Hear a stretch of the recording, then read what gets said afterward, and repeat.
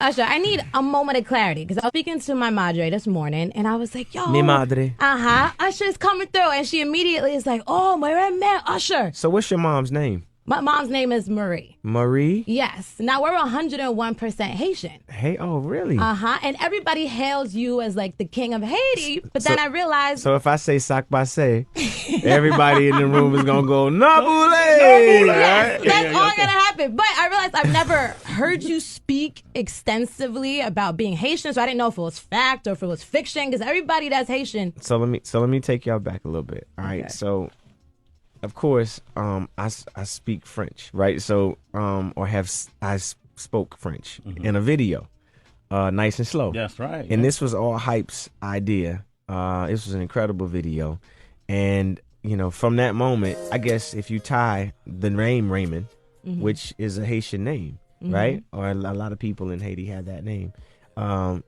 People immediately assume that I was Haitian. I'm not Haitian, but The myth is debunked. So hold on, listen. So if I'm speaking French and the name, but That's where it came from. Sac passe. That's good enough for my mama. Thank you, Usher.